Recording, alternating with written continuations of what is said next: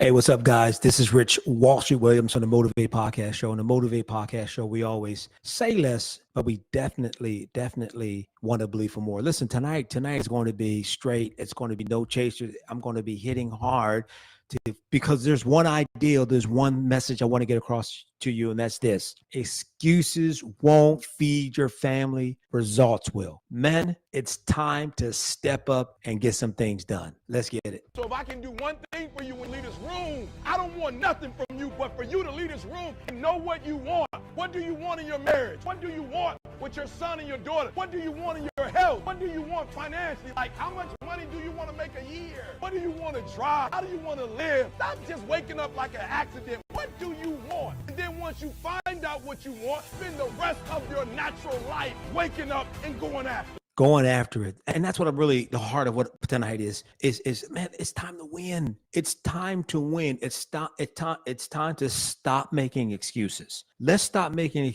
excuses, guys. I wasn't born in the right family. I don't have the money. I don't have the education. Well, the white man this, or a man of a different color does that. Come on, bro. It's time tonight. We are going to throw away the excuses. No more excuses, only results. We are only focused on results. Let me tell you something that happened to me. Years ago, when I started out my career, I started out in the manufacturing. Now, my family is in manufacturing. My dad worked in the manufacturing. His dad worked in the manufacturing. His dad worked in the manufacturing. So we were a blue collar family. And so I'm following in this trend of working in a manufacturing environment. And so I'm hired by this company, and I'm hired as an apprentice, a machinist apprentice. And so as apprentice, it was 8,000 hours, 4 years, 2,000 hours a year, for a total of 8,000 hours to pass this apprenticeship program. I had to take math. I had to take beginners, intermediate, and advanced blueprint reading. I had to take algebra. I had to take physics. I had to take geometry just to be a certified numerical control machinist. And so I went through a lot of training. Listen, in the classes that I took at night, if you got less than a 70% on the test, it was failing. And you only had 2 attempts to pass a class. Man, talking about pressure. Listen, your boy wasn't that good anyways in school as it relates to math. Math wasn't a favorite subject of mine.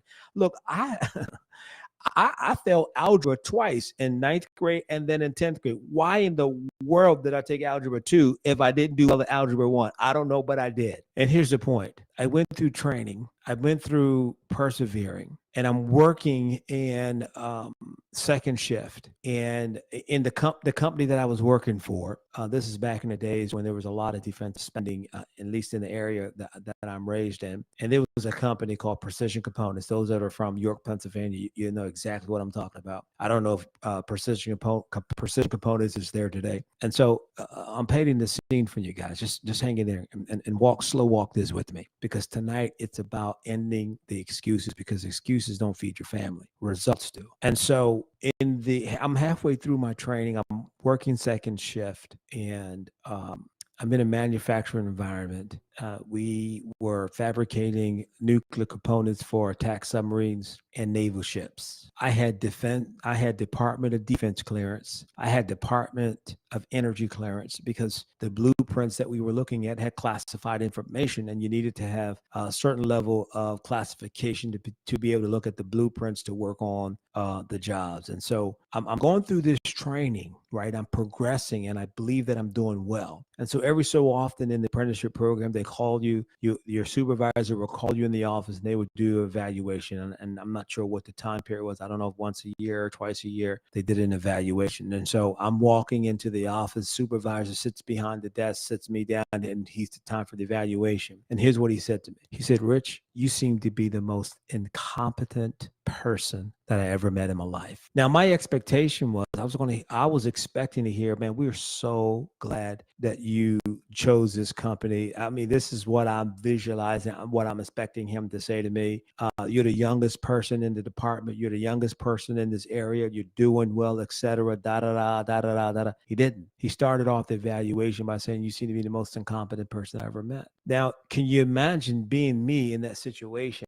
And I'm already, because of my family background, I'm in a single parent home. My parents divorced when I was like 8 years old. I remember reading tonight is just a little bit of a therapy talk. Is that all right? Just hang in there with me, guys, because we're going somewhere. And it's my hope and my expectation that what I share tonight, that when you see this later, someone's going to see this later, and this is going to make the difference in your life. It's going to make the difference in your marriage. It's going to make the difference in your career. It's going to make the difference in how you love your family. It's going to make the difference in how you show up in your community and how you serve in your church. And so my parents divorced when at a young age. I remember reading the divorce paper. My mom and I've seen divorce for the first time. I'm like 8 years old. I'm saying, Mom, what does DIV? And I'm spelling it out. And she snatches the paper from me. She said, boy, you get on my nerves. You're always nosy getting into things. Right. And it was a divorce. And so my introduction to the word divorce definitely was a negative connotation. Secondly, it was a trauma for my mom. Third, it was trauma for me because she snatched it out. And from that day forward, because of what my mom and my dad was going through, my mom said, you are just like your daddy. Over and over and over. Those words impacted me, impaled me on a soulish level. I had soulish debris. One of the days on a podcast show, I'm going to have Mr. Thomas Skeeter on. He is a licensed clinician.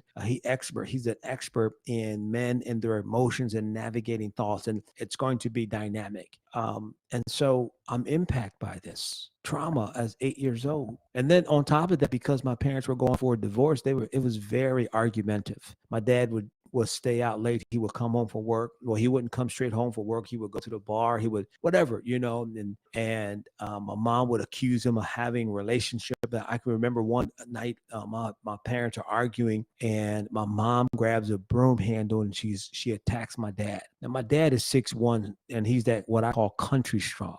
Some of you would get that. 6'1", big black guy, 200 some pounds, country strong. My mom is about 4'11" and a half, about 110 or 12 pounds wet.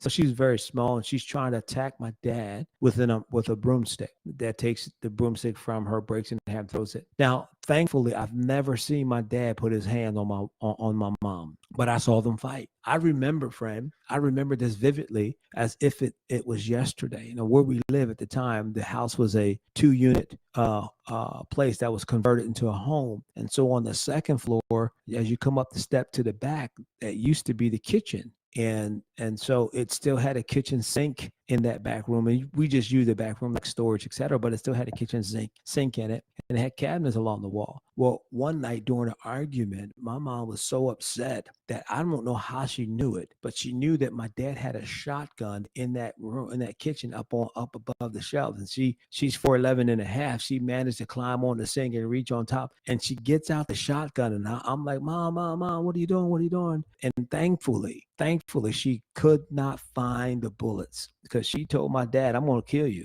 I'm going to kill you, right? And so that's the trauma, man.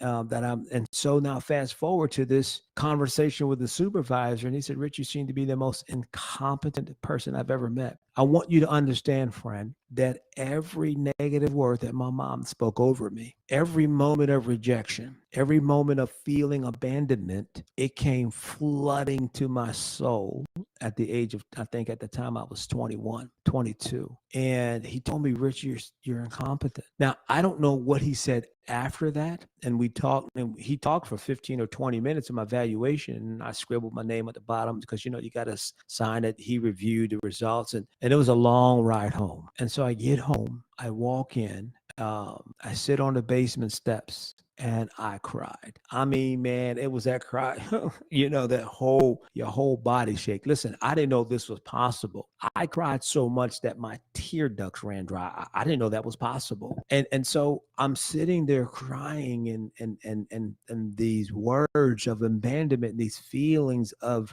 rejection is just flooding and overtaking my soul. But it was in that moment I made a decision and I heard the voice of God. And in that environment, I decided that never again would anyone say that Richard Williams was incompetent. I embraced the philosophy that information is the difference between success and failure. And that philosophy turned things around, began the process, I should say, of turning things around. And yes, I went on to graduate. I finished the apprenticeship and I started working as a machinist for that company a year or two later. But here's the point that I'm trying to make. Sometimes life will present you an opportunity where you can either fold or you can, by faith, make bold moves. We can either look at the situation and say that I am the victim, or we can look at the situation and say I am the victor. It is all up to you. See, the way that you see it, I know this is not correct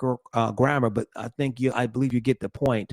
The way that you see it, friend, is the way that it will be. The way that you see it is the way that it will be. The way that you see it will be the way that it will be. Oftentimes when negative things happen in life, and let me tell you something, for negative things is going to happen. Challenge is going to show up. I'm not trying to speak doom and gloom over your life. It's called life, and life be life. Sometimes it's low water, high water, or no water at all. Sometimes there's a challenge. Sometimes there are delays. There are detours in life. But what I'm encouraging you in tonight is that you've got to reach deep. You have got to make the resolve. You're going to have to stop the whining. There is always someone who's doing worse than you. Why do we compare ourselves to people that are doing worse than us, as opposed to comparing us to people on the level that we want to be on? And there's always someone who's going through exactly what you're going through, but they came through it. I heard a preacher say, if you're going through hell, don't stop, just go through it. And so my cry tonight to you guys is that it's time to stop whining and it's time to start winning. Excuses don't pay the bills. They don't close deals and they don't build legacy. Did you hear what I said? Excuses, they don't pay the bills. Excuses, they don't close deals. And excuses, they do not build legacies. They don't. One writer wrote, and it's a poem, and I don't remember all of it. I should look it up real quick. I don't remember all of it, but it talks about excuses are monuments. Let me see if I can find that real quick, because I think it's very necessary. It's important to understand that tough times is going to happen, and a lot of times we are so focused on what. We're so focused on what is happening that we forget our why. We forget the reason. We forget the purpose. We forget the objective for doing the thing that we said we wanted to do.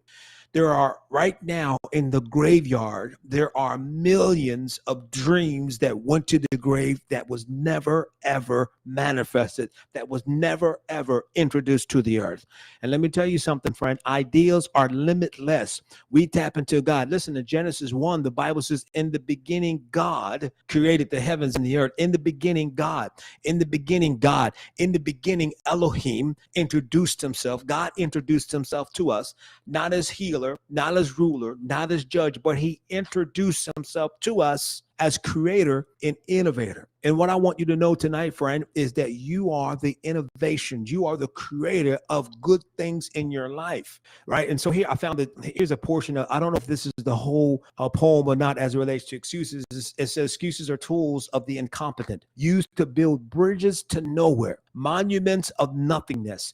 Those who use them seldom specialize in anything else. Tools of incompetence, building nothingness, excuses. So what are you going to do, friend?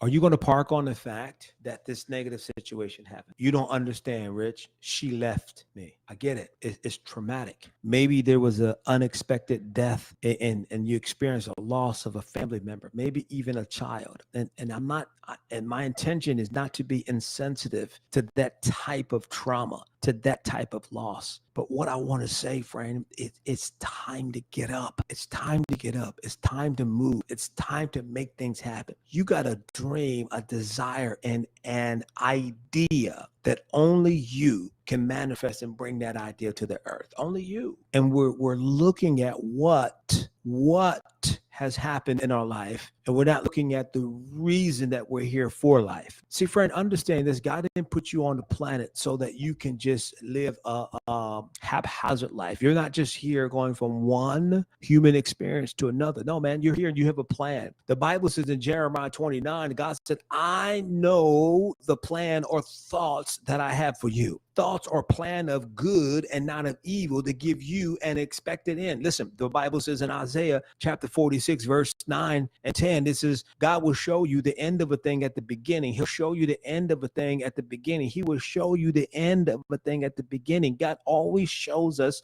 a finished product first. He always give us an idea in its complete form, and then he backs us up and he said, now I want you to start what I showed you. But we got to stop making excuses. We got to stop making excuses. Here's something else, a quote I read about excuses. There are about 300 million people in the U.S. So that's about 300 million reasons that people say we can't succeed or I can't succeed. 300 million reasons not to succeed, but there's not one excuse. You know, I was talking with a young lady a few weeks ago, and she was, unfortunately, her entire department division was laid off. She was a federal worker. She worked, I don't know, it was something like 25 years for the federal government, high level health policy administrator, et cetera, high six-figure earner. She said, watch this. On a Sunday night, she decided to go through her email in preparation for the upcoming week. And she came across an email that basically, and I'm summarizing this, these are my words and not her words. But she got an email that basically said, don't come into work this week or forever. By email on a Sunday night, her position was eliminated and 900 people in the division were laid off. Yeah, ouch. Is that traumatic? Absolutely. Even though she got a severance package, but can you imagine a job that you've dedicated 10, 15 years to, a career, an industry that you've dedicated 15, 20, 25 years to? By email, they tell you don't come to work ever. You would have hoped that there would have been some type of compassion, some type of, hey, conversation. Here's where we are. We're going to have to lay some individuals off. You know, you got 2 weeks or 1 week, whatever. Didn't happen that way. She gets an email and her job is eliminated. Don't come back forever. That's trauma. And so I'm just saying that there are going to be some tough times. There's going to be some challenging times. And friend, what you do before the tough time, the challenging time, what you do before the tough time and the challenging time will determine how you navigate the tough time and the challenging time. You know, a few years ago, a number of years ago, well, it was longer than a few years ago, it was 2019, 2020. And that's where COVID, at least in the Washington, D.C. area, was like full blown in our region. And I had started a new position as executive account executive for a company and staffing. I was doing commercial staffing at the time. And I got through, it was a 30-day training. I got through 30 days of training. And so now I'm working. I've got through the training. I'm making calls. And then in a short period of time, I'm already earning commission. Okay, I'm just saying your boy's good. He's nice like that. Okay, I digress. And COVID hit. And so first my boss told all of us, well, COVID hit, so we're shutting down the office and we're going to work remote. I'm like, okay, cool. I can still make the money. I just started. I'm 45 days into it. I'm starting to line up customers and clients, and I got commission money coming in already. And I'm calculating my money, man. I'm saying, okay, based upon this, I'm going to be back into six figures by the end of the month. I mean, by the end of the year, you know, because I started the job in February, I think it was. And so I'm already calculating. I want to be into those six figures by the end of this year based upon the 15-day performance. And I'll never forget, every Friday we had a team call, virtual call, and the supervisor, you know, my office manager get us on a call, talk about the day, what are the opportunities, etc. And she told me, she said, hey, Rich, I want you to, can you log on a little earlier than everyone else? I was like, okay, sure. I logged on and she told me, unfortunately, we're going to have to let you go. And me and several other people were let go. 45 days. And then COVID hit. And so now, okay, now here I am. I walked, I wasn't selling real estate, but actually I did close one deal several months prior to me stepping into this commercial role. And so thankfully, the way that my wife and I lifestyle is, we don't live beyond our means. And so I just took that whole commission check and we just put it in the savings, and that was able to sustain me until I found the job. But here's the point that I'm making. All of us have a story. All of us have a story, whether it's you're incompetent, or you have a story of you got an email, don't come into work forever. Or maybe your story is, I just don't love you anymore, and she leaves you. Whatever your story is, I get it. I understand. It's traumatic. And listen, friend, if you're having a tough time, a challenging time dealing with a loss, or tough time dealing with some type of traumatic situation, this is just real talk. Reach out to me. You got the comment section. When you go to our Motivate Podcast show, there are other links at the top. You can connect with me on Instagram, and you can send me an Instagram message, and we'll make sure we connect you with individuals that can help you, because no man should be an island unto himself. Tonight, every Monday night from 7:30 to 8:30 p.m., we have what we call Man Cave. And man, I would love for you guys to join us in the Man Cave. As me and like 4 or 5 other guys, we facilitate the conversation. And in this private Facebook group, we started out a couple of years ago. It was just about 100 people. And now that group has grown to over 1,800 people. And we have people all around the world on a Monday night between 7:30 and 8:30. We're just chopping it up in the Man Cave. Is real talk, real solution, and it's real live. So I want to encourage you guys. That's at least one group you can connect and build what I call a band of brothers. I'm talking about guys that's going to walk with you through challenge, and they're not going to judge you. They're just going to encourage you. They're going to love you. They're going to speak life over you. They're going to give you the word. They're going to tell you what the scripture says, and they are going to they are going to walk you through whatever the challenge is that you're facing. But I want you to take accountability and say, you know what? Yeah, this was a bad situation and it really sucks, but this is not the death of me. I am no longer seeing myself as a victim. I'm seeing myself as victorious. I'm no longer seeing myself I'm seeing myself as over. I'm no longer seeing myself as the tail. I'm seeing myself as the head. Because understand this, Jesus said, as he is. The writer said in 1 John 4:17 that as he, referring to Jesus, as he is, so are we in this world. God said in Genesis chapter 1, verse 26, 27, let us make man after our image, after our likeness. Let him have dominion over the fish of the sea, fowls of the air, and every creeping thing that creepeth on the earth. Let us make man in our image, after our likeness. Jesus said in John 17:21, Father, like you and I are one, make them one with us. John 17:21. And so here's the point that I'm making, that when you receive Christ as your personal Lord and Savior, every good thing that's in heaven, every good thing that's in Jesus is now in you. There's no sickness in heaven. There's no sickness in Jesus. There's no sickness in you. Are you hearing what I'm saying? There is abundance in heaven. There's abundance in Jesus, and there is abundance in you. There is victory in heaven. There's victory in Jesus. And guess what, friend? There is victory in you. And so we have an opportunity to turn this thing around, to speak life and do the things that we desire to do. And man, I'm telling you, when you put your confidence in God, he is obligated. What did I say? He is obligated to do the thing that he said he will do consistently over and over again. Friends, so I hope you found some value in this conversation tonight. It was tough talk, maybe, but it's my heart's desire to get information to you, to reach out, to encourage, man, that you can be all that God desired for you to be. You can have everything that God said that you can have, and you can do all the things that God says that you can do. This is Rich Wallstreet Williams in the Motivate Podcast Show. In the Motivate Podcast Show, man, we always say less. We definitely want to believe for more. Listen, do me a favor, friend. Like it if it's right, share if you care, and hit that subscription button, subscribe, so that every time that we post videos, you get the videos, and hit that notification button. I really appreciate that, man. I see at the top, the bottom is just too crowded. We never look down on anyone unless we're looking down. Give them a hand up.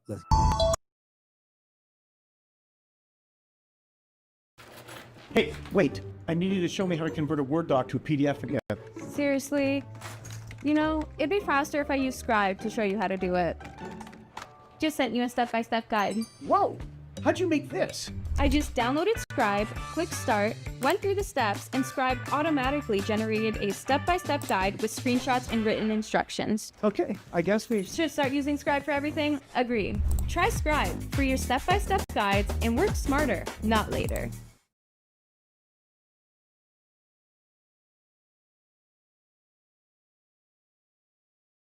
I first discovered my love for music at a very young age. I've always dreamed of this. I don't have like one day that I'm like, oh, this is the day when it started. I've always felt like it's a part of me and a part of who I am and a part of who I want to be and what I want to do in life. So this dream has started since I was born, I would say.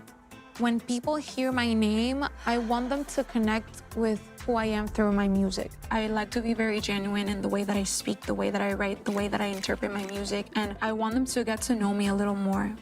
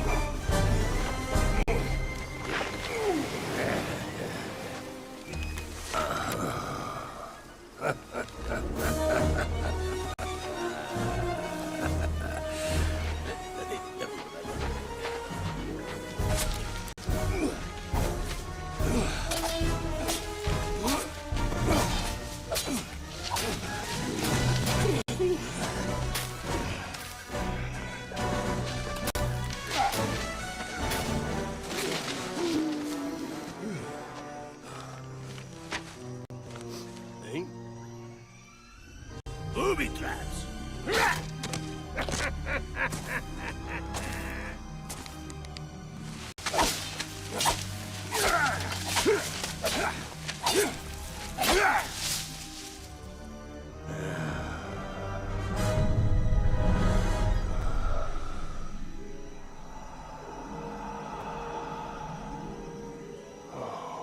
There you are, my lovely.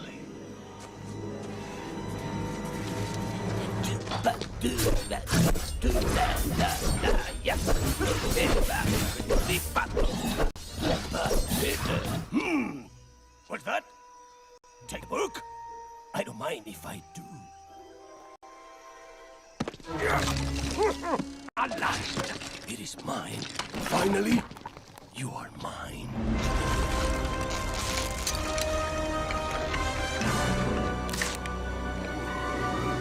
All right, let's do this. Bare knuckles. Bring it on, Skinny. You don't scare me.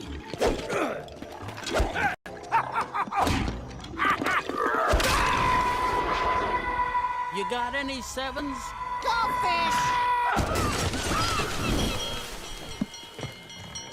Is that all you got?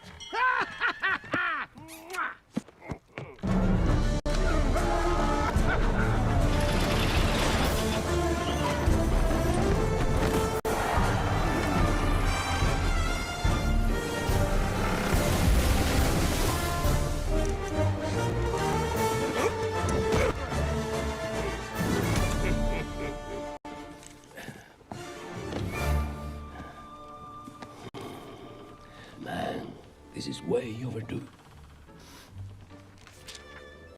Once upon a time, under the sea, there was a little town called Bikini Bottom. In this town, there was a place called the Krusty Krab, where folks would come to eat a thing called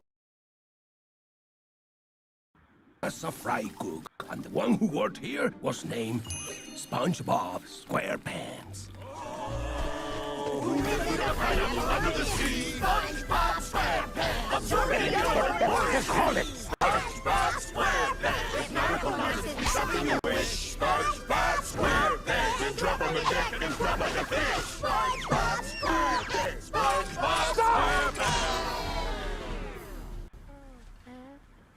There's only one thing worse than talking birds, and that would be singing birds!